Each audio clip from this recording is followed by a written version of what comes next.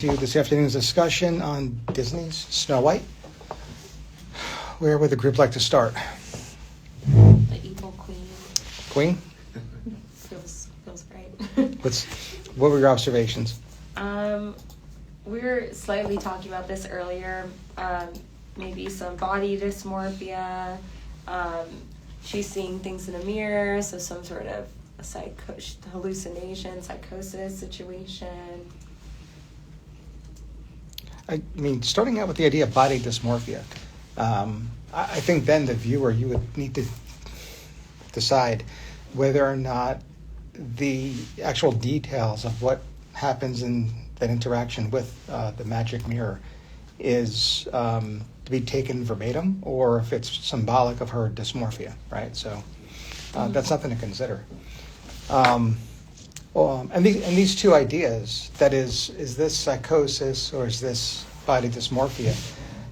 These two converging ideas can actually come together in a delusion, right? So there's different themes of delusion, one of which is somatic type, and then one example of a somatic delusion is body dysmorphia too. So maybe not one or the other, but they could actually converge. What is some of the information that was provided by the movie that allowed you or has you thinking of body dysmorphia? It seems like she has a hyperfixation on her appearance. We don't see too many scenes with her, but the scenes we do, like she's, asking the mirror about, who's the most beautiful, and she, I guess, she's listening to the mirror saying that she's not the most beautiful in the world, I guess. Other than that, maybe you could say, like, she ends up transforming into that elderly woman. Maybe that's how she sees herself. That might be me extending too far, but she doesn't outright say that, but that could be a view of it. Yeah, I definitely think you're on par with, I think, most teachers, professors' evaluation of the mirror itself, and that is the symbolism of the looking glass, right? And how that's actually her own thoughts and her own unadulterated thoughts that cannot lie to her. Whether those thoughts are psychotic or not, I think is up for discussion, but at the very least, we're seeing those thoughts projected onto that inanimate object, and then being told back to her, or reflected, if you will, back to her. All right. What else about the Evil Queen?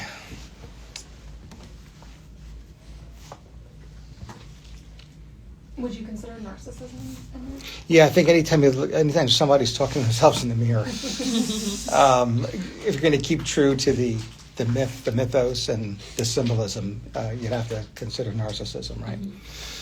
Sure. Yep.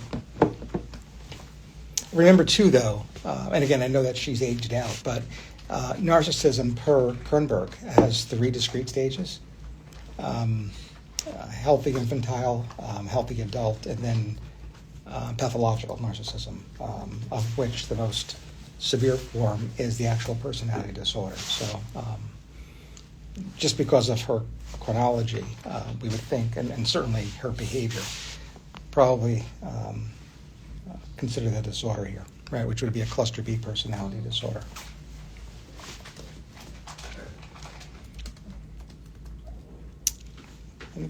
Any further thoughts about the Evil Queen?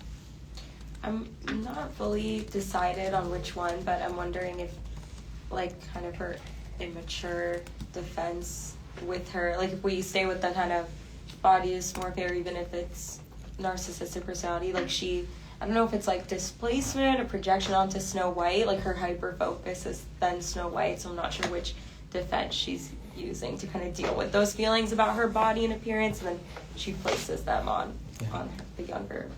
Yeah, especially due to the symbolism of the looking glass, the magic mirror.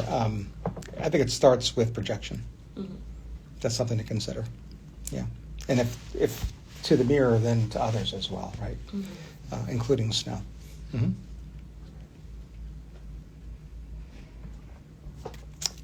Anything else here? Well, there's like homicidal ideation with Yeah. intent plan and action. Yeah. I don't know what else to say about that. Yeah. It's not perfect. Yeah, so again, maybe cluster B, maybe part of a psychotic process, maybe both. One perhaps predisposes, the other one maybe is precipitated by something. Yeah, but certainly she's resolved to kill Snow and gets the huntsman involved and wants proof of Snow's demise. Yep. All right. Other characters. Snow White and the Seven Dwarfs. Snow White. So what's going on with our heroine here, our princess? Well, she likes to talk to animals. So maybe some auditory hallucinations going on there. Mm-hmm. She honestly, like, during that whole sequence in the woods, she's also kind of experiencing some visual hallucinations when she's running away. So it could be like an acute psychosis triggered after a really like traumatic event where she was almost murdered. So, but she was talking to the animals before the event, so okay, it could be then superimposed and it made it worse. Yeah. How would you describe the trees in her experience? Like medicine. Mm-hmm. Right? Mhm. I mean, did that remind you of anything? I mean, anybody here ever read Albert Hoffman's description of Bicycle Day? No? Again, I obviously wasn't there. I never talked to Hoffman directly. But in reading his interpretation, his journal, if you will, the image that it conjures is, in my mind, is very consistent with what we see in Disney's Snow White with regard to everything around him kind of coming to life and trying to grab him. Mm-hmm. Right. Albert Hoffman worked for Sandoz Pharmaceuticals. He experimented with LSD on himself, and one day, while riding his bike home, had this perceptual disturbance that he wrote down and reported, and now it's celebrated as an annual holiday called Bicycle Day. I don't think there's any bicycles in Snow White.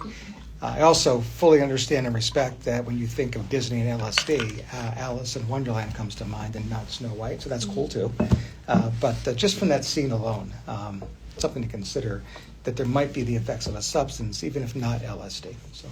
And we're going to think about this anyway, because whether we think Snow is depressed, psychotic, or otherwise, we always have to investigate the potential role of substances, right? Mm-hmm. Do we think she's depressed? Well, you just made me think about it, like if we interpret like when she goes to sleep, in her eternal sleep, could that be like a catatonic reaction? Right. So that can be associated, I think, with psychosis Or depression. Yeah, right. exactly. Yeah. Yeah.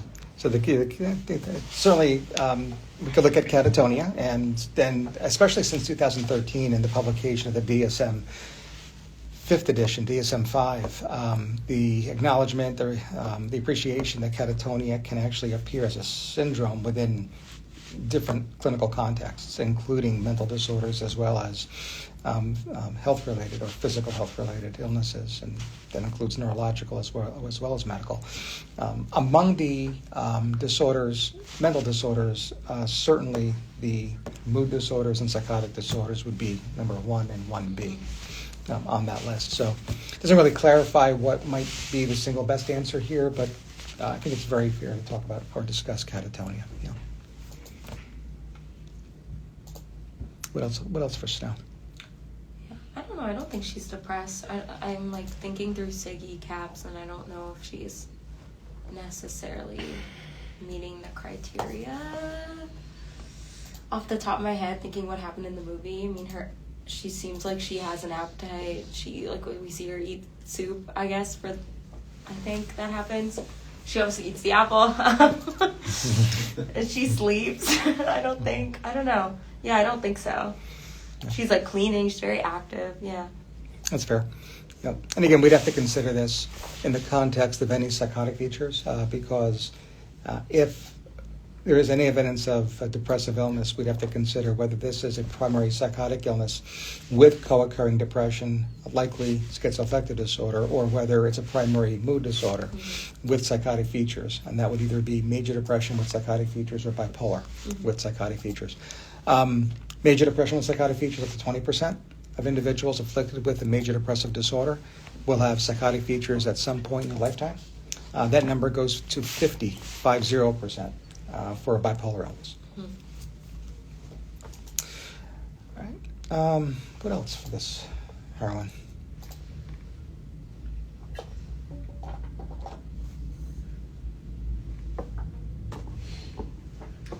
My remote memory of the movie, she's pretty naive, like Snow White. This could be an immature coping mechanism, like the denial, anger. Yeah, most definitely, right? So her being so naive is actually something that is brought to her attention with regard to her interaction with strangers, almost like some form of reactive attachment. She's literally told to beware, and she continues to take gifts from this stranger whose intent is to harm her. So I think that's very fair, and it's certainly a major theme in this story, no doubt. So if we're thinking that level of maturity, we have to also think perhaps that level of maturity when it comes to defense mechanisms too, right? So what defense mechanisms? And there's two that kind of jump off the page, I think, given, I think, an important and critical theme of the film. What is the narrative, or what happens that drives the narrative forward here? What's the primary focus in Snow White? I mean, you brought it up before, but it's worth Jealousy? restating. Well, and sure, envy, but that results in what? This interaction between who? The stepmom. Right? Yeah. You do know in the original version that there is no stepmom, right? So in this case, what might be happening? Why, if we're going to adopt the view that we're seeing everything through the eyes of Snow White, why are we led to believe there is a stepmother? What might be going on here? And here you got to think childhood development, you got to think defense mechanisms.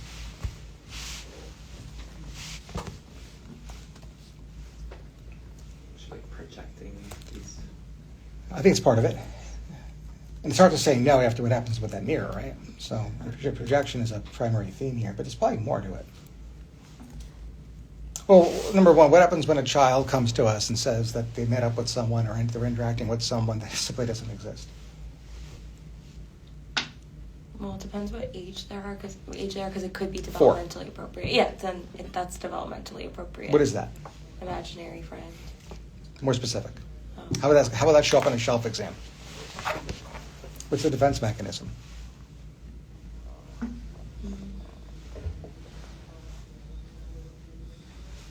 Fantasy.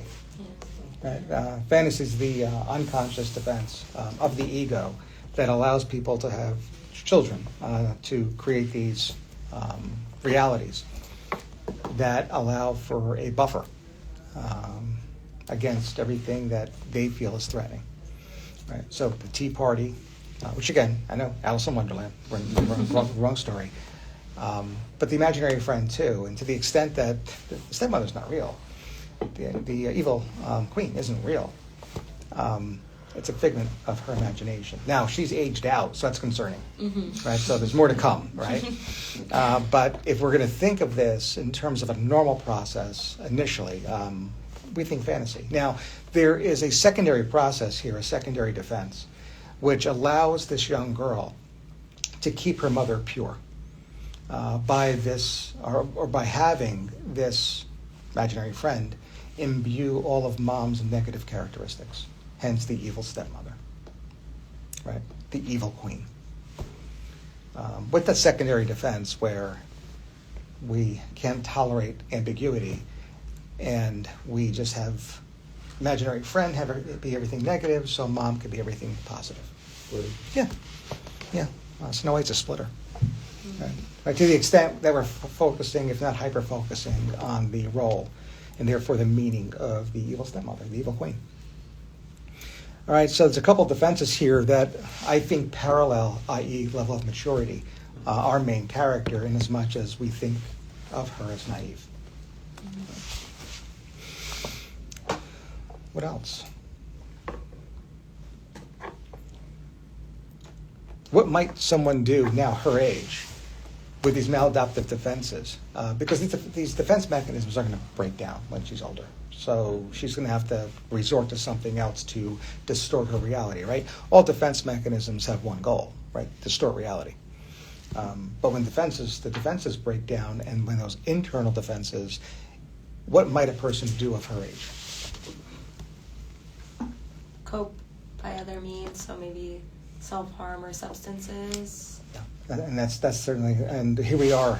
We mentioned this one time before, and now we even have an independent risk factor for substance use. We were going to investigate this anyway, because as a clinician, we always have to investigate the potential role of substances, but now we have a real reason to. We have someone who's older, who is telling us that there's an imaginary friend. We're very concerned about this. We're considering psychosis. We're considering this to be age-inappropriate fantasy. And I think it just heightens the risk for potential substance use. If we look at the actual, so if you've actually nerded out and actually brought up the script of Snow White and you searched for substances, are there any substances actually written into this movie? It's always the first step, because if so, they spoon-fed us and boom, we're good to go. We're golden, right? So the collective silence, I'm guessing, means no. All right. But remember, we briefly discussed this earlier this morning. The genius of Walt Disney was that he took age-old stories, folklore, and from folklore he created the fairy tale. And that evolution included removing the explicit material, so as that is the narrative, to be suitable for minors. Mm-hmm. He actually opened age-old stories to children, which was his genius. In the place of the explicit material, he then included symbolism. So after watching these stories over and over again, as a child, you get to rewatch them as an adult and pick up with all that symbolism, and it's just as interesting when you're 35 or 45 than when you were 5, right? So that is his genius. So with that knowledge, and again, there's no person that has ever done this better than Walt Disney himself. With that knowledge, if he doesn't spoon-feed us a substance in this script, is there something symbolic in this movie? Because to turn our noses up and say, symbolism doesn't belong in Disney, you're way off base. You are way off base. This is just the apple? I think it's very fair to start there, right? Okay. Right? It's very fair to start there. So, from a medical student's perspective, what jumps off the page at you here? I think opioid or benzo, because she kind of goes into a deep slumber, so reduced respiratory effort. Right. So I think that's fair, right? So we think a mechanism of action. How about somebody even more concrete than that? I'm going to get back to that, but even more concrete than that. What's contained in apple seeds? Cyanide. Right. Now, there's a little bit of a twist here. Walt Disney just throws us a little bit of a curveball in that he tells us that the poison is in the red part, or the rosy part. So I don't know if he's lying. I would suggest that anybody trying to poison another individual may not be the most reliable of informants. So sure, he tells us that it's in the rosy part, but do we really believe him? Should we consider cyanide poisoning as Snow White a fictional case of cyanide-induced mental disorder? That's something to consider here. All right. Anything else here?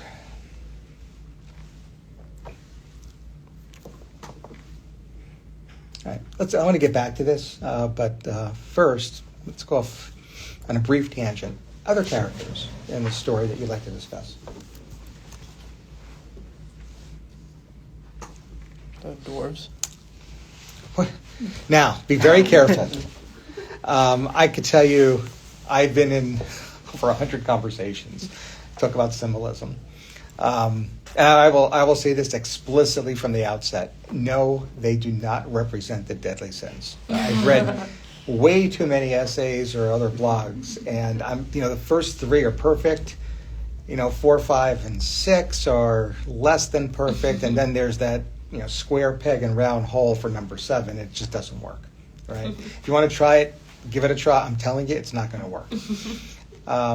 So if you want to go the symbolic route, sure. If you figure there's something more to it, or there's something in addition to that you'd like to discuss, what's on your mind? Well, I automatically think about personality, like what personality disorders, and each one kind of has characteristics of. Right. And this is nice because if we want to recategorize the personality disorders and look at what is referred to as cluster A as potential etiologies for schizophrenia, chop them off and put them in a different chapter, there are 7 remaining. So at first glance, this seems to measure up quite nicely. That's the easy part, right? So yes, we have 7 personality disorders that are categorized along clusters B and C, and we have 7 dwarfs, right? So next step, what do you got? Okay, Dopey is dependent, maybe, because he can't do anything on himself. Oh, no. Could he? Maybe not. I feel like Dopey, I was thinking about Dopey a lot in the movie because they treat him like, he does so many things for being so dopey. That's true. Okay. But I don't know which personality disorder he would be, to be honest. I think the Grumpy is definitely paranoid.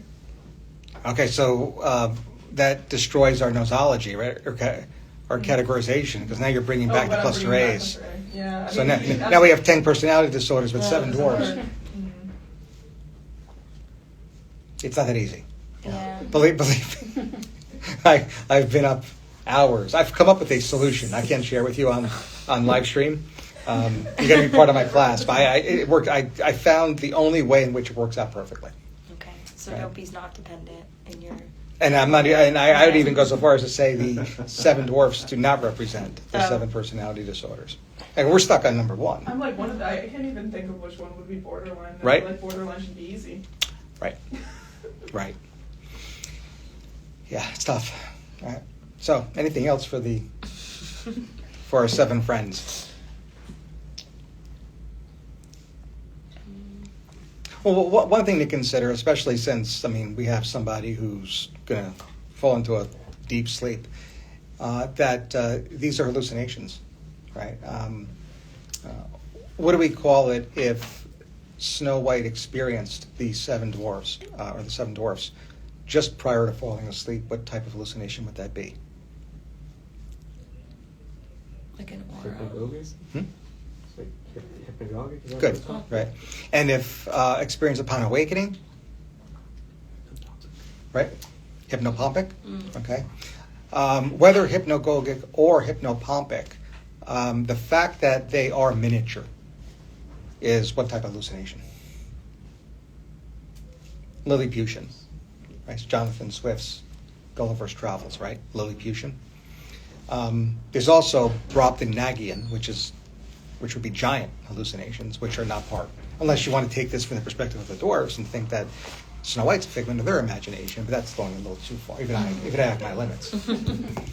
Right? So, is this a sleep disorder, and are the dwarves hallucinations? If so, what sleep disorder must we consider here?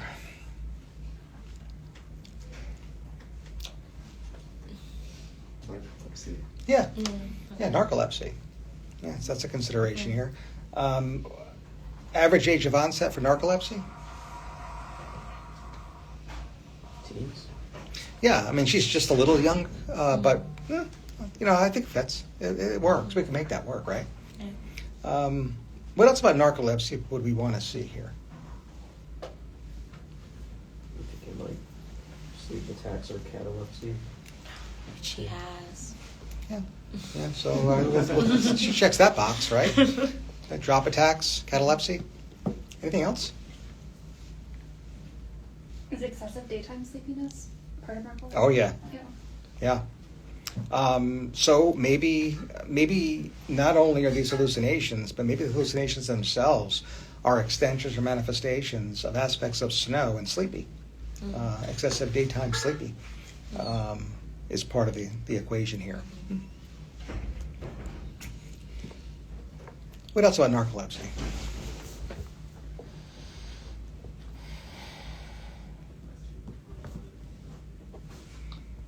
What's the treatment?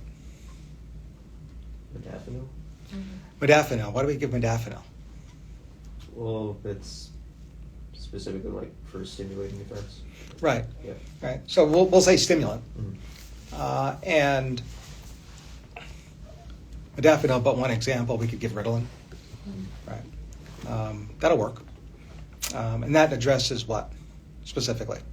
The excessive daytime sleepiness. Right.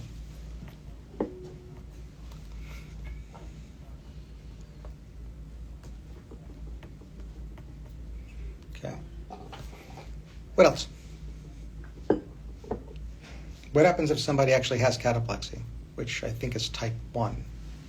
Without cataplexy. I might get them reversed, so you have to actually fact check me on that. But I think type 1 includes cataplexy. Type 2 is without cataplexy. Let's see that she has cataplexy, whether it's 1 or 2.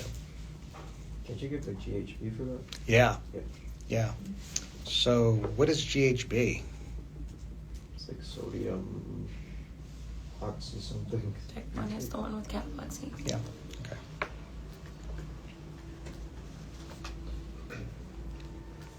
So it's just a GABA receptor, right? Yeah. Yeah. Which kind of brings us back to the fact that this might be sedative hypnotic induced. Right? So maybe we have a patient that actually has an established, in this case, sleep disorder, sleep-wake disorder called narcolepsy, the treatment of which further complicates her narrative, her illness. Right. Anything to support this? Anything else to suggest that this might actually be all about sedative hypnotics? I told you we'd get back to this. Here we are. We have about 2 minutes left. We're towards the bottom of the hour. Here's a hint.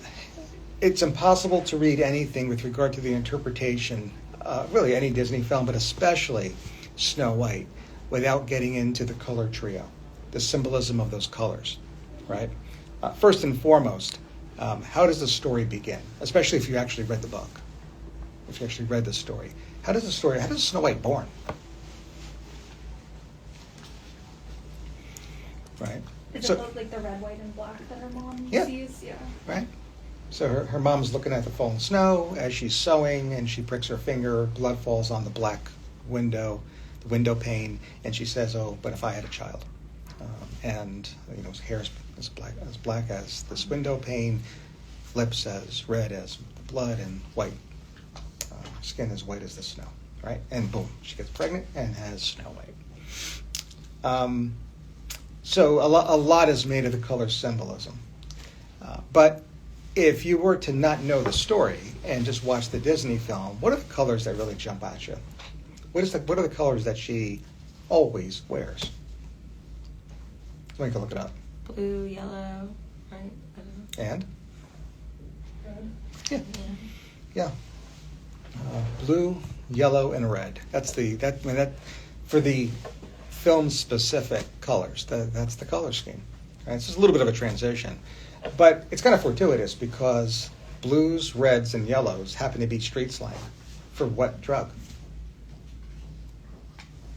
Is it heroin? No. That's tar, black.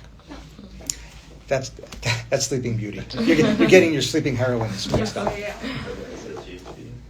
Yeah, it's the benzos. Yeah, it's benzodiazepine sedatives. Yep. So, I mean, color symbolism, especially set by the film, gets us back to sedative hypnotics again. The cool thing too, and it's easy to remember in terms of intoxication and withdrawal states, both inducing the mental disorders. Sedatives can induce all of the above. There isn't a single mental disorder that is published in the DSM that sedative hypnotics can't induce through both their intoxication and or the withdrawal state. So it's really easy to remember. Yeah. Final thoughts, Snow White. I just have one like final comment question. Like, would you say that the dwarves, like let's say the dwarves are real, their grief reaction was maybe a little bit abnormal to like keep her in that state for so long? Because I didn't realize like they keep her in there for months. Yeah. In that coffin. That's fair. Yeah. Yeah. Other final thoughts? We're good? All right, we'll end it here. Is next week your last week? Mhm. All right, so I'll post the film to watch over Thanksgiving break for next week's discussion. I'll post that, if not today, first thing, well, maybe not tomorrow because it's holiday. Today I'll do it. I'll get it in today. Thank you. Will there be a sign pull-up? So do